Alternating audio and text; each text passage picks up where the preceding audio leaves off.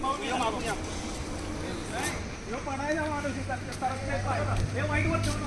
सगळं दाखव, सगळं खालचं दाखव. पाठीमागलं कसं दाखवत तेलाचे डबे वेगवेगळ्या कंपनीचे खाली दाखवू आपण, कारण ते सगळं वेगवेगळं पिंकवर पाहायला पण पडत.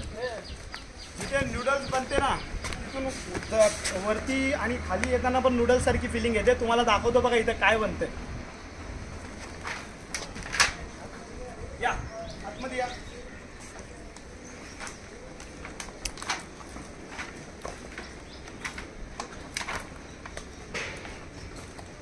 इथे बनत आहे अखंड नवी मुंबईमध्ये सप्लाय होणारी सगळ्या लहानांपासून ते वयोवृद्ध लोकांची फेवरेट असणारी चाऊमिन नूडल्स.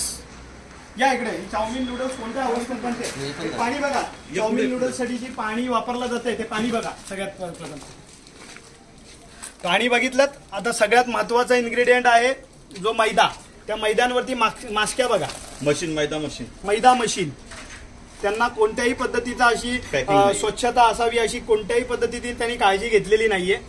आता अजून तुम्हाला पुढे दाखवतो. नूडल्स बघा. हे नूडल्स पण भरल्या जातात पाकिटमध्ये. हे कोणत्याही पद्धतीचा विचार करत नाही. आणि हा इकडचा बॉयलर बघा ज्याच्यामध्ये हे बघा. हे तेल बघा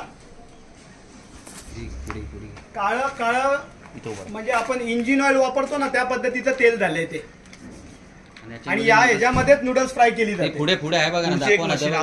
आणि तेल मैदा पण वापरलं जातं तेही बघा. तो बघ लाटून ठेवलाय मैदा. आणि त्याच्यानंतर ही नूडल्स जी मोठ्या प्रमाणामध्ये बनवली जाते ती इथं ठेवले बघा. ही अशी नूडल्स इथं पेरून ठेवलेली आहे.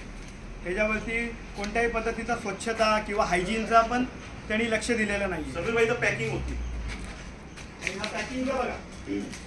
आतमध्ये नूडल्स तळलेत ना ते दाखव. आम्ही इथून कंटिन्यू करू.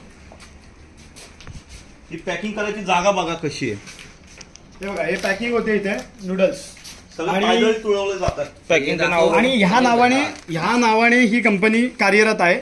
आणि हीच कंपनी फक्त कामोट्यात नव्हे तर कामोट्याच्या आजूबाजूला जे पनवेल महानगरपालिकेच्या हद्दीत जसं नवी मुंबईमध्ये किंवा खारघर वाशीपर्यंत ह्यांचा माल जातो. आणि ह्या पद्धतीचा माल आपण खातोय. मग ह्याच्याने आपल्या जीवाला किती धोका निर्माण होईल आपण विचार केला पाहिजे. आणि अशा पद्धतीची गोष्ट असून देखील कोणत्याही पद्धतीची कारवाई अद्याप यांच्यावर झाली नाही हे आश्चर्यकारक आहे. आणि ही कंपनी आजची नाहीये. फार वर्ष झाली या कंपनीला. आम्हाला हे जी आज तक्रार आल्यानंतर लगेच आम्ही इथं धाव घेतलेलं आहे. आणि प्रत्यक्षात आल्यानंतर हा चित्र म्हणजे भयान चित्र आहे. खाण्यामुळे जबाबदार कोणाला धरायचं. प्रशासनाला जबाबदार धरायचं. प्रशासनाला जबाबदार धरायचं. पनवेल महानगरपालिकेला जबाबदार धरायचं का अजून कोणाला जबाबदार धरायचं की स्थानिक काही लोकांना जबाबदार धरायचं. तर हे बघा हा तेलाचा डब्बा आहे. हा तेल ह्याच्यामध्ये भरलेला आहे. वेगवेगळ्या कंपनीच्या तेलाचे डब्बे आहेत इथे. एक मिनिट म्हणजे तुम्ही कंपनी बघू शकता. इंडिपेंडन्स ऑइल त्याच्या खाली केपी ऑइल्स. इथं तुम्ही बघू शकता स्टार रिफाईन. म्हणजे वेगवेगळ्या पद्धतीचं कंपनीचं तेल युज केलं जातं आणि ते आपण खातो. आपण आजच्या घडीला हे बघा हा मैदा ठेवलेला आहे. आणि ह्याच्यावरती पहिला माशी याचा आस्वाद घेते मग माणूस घेतोय. मग त्याच्याने आपल्या तब्येतीला किती चांगली गोष्ट घडेल.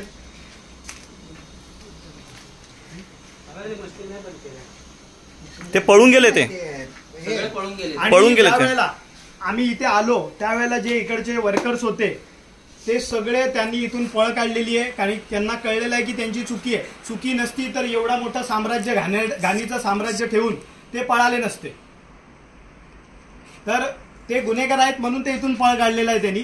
पण आम्ही पण त्यांना सोडत नाही. कारण की सामान्य नागरिकांच्या जीवाला धोका जिथे असेल तिथं महाराष्ट्र नवनिर्माण सेना आवाज केल्याशिवाय राहणार नाही. आणि सामान्य माणसाला हे खाद्यपदार्थ चांगल्याच पद्धतीचं मिळालं पाहिजे. त्याच्यासाठी आम्ही सगळे महाराष्ट्र सैनिक जमलोय. आणि ह्याच्यावर जर कुठला चाप नाही बसला तर आज आम्ही 10 जण आलेलो आहे. इथे 200 जण उभे राहतील. प्रशासनाने कारवाई नाही केली तर आम्ही आंदोलन करू त्याच्या संदर्भात. या